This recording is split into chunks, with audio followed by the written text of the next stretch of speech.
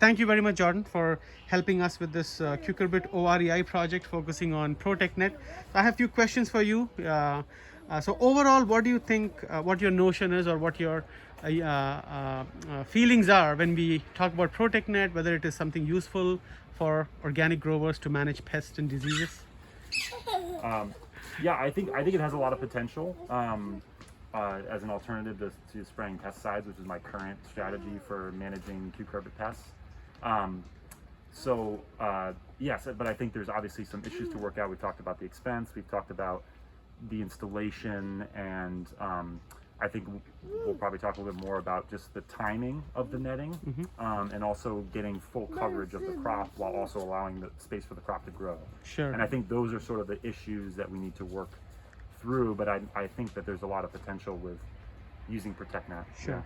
What do you think? Are there differences in plant vigor? The plants that were under ProtectNet versus that were no ProtectNet? Yeah, so this year I actually only had them covered for about 3 weeks. And so I have to say that I didn't notice a tremendous difference between the plants. And part of that was, what was interesting was that my cucurbit pressure was on my first planting, and then, the pest pressure was on the first planting, and it didn't come to the second planting until actually after the netting came off. So I feel like I didn't see a very big difference in vigor because I didn't see the pest pressure yet. So I removed the netting before the pest pressure really came on, and that was because the plants were pushing against the netting, and I needed to get it off. Sure. So In terms of managing the pest, do you think ProtectNet was able to keep the pests away?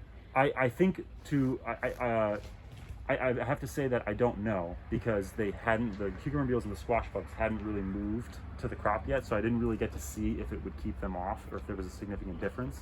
I did notice that Japanese beetles would be inside the netting, so it does seem that yes, individual insects can get in, but that doesn't mean that it wouldn't exclude most.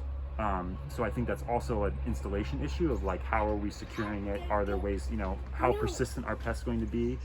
Is the ProtectNet just being there and having mostly good coverage good enough, or does it need to be really tight? Like with flea beetles, that's often an issue, is that if you don't have things very tight, they'll get in. So yeah. With respect to installation, and you saw when we were here, pushing the hoops in, putting the ProtectNet, bringing the rock bags. Think there is room for improvement there? I mean, there are some challenges there. I mean, Yeah. there's labor whenever you're installing anything. Yeah, I know. I thought that, the basic method was sound, and it's pretty similar to what I would do with row cover. I think the one issue I found was I did have to go back in and redo the hoops after a few days when we got a little bit of wind. They did shift, so I had to go in and push the hoops back in a little bit deeper. So I think getting the hoops in deep enough is something that has to be. Sure. Either you have to make sure you do it on the first, when you're first installing, or you just know you're going to have to go back through and kind of push in. But we did have a rather significant wind event after that, and so I had to go back through and push it in. But it wasn't catastrophic. It just was, took about 15 to 20 minutes. Sure.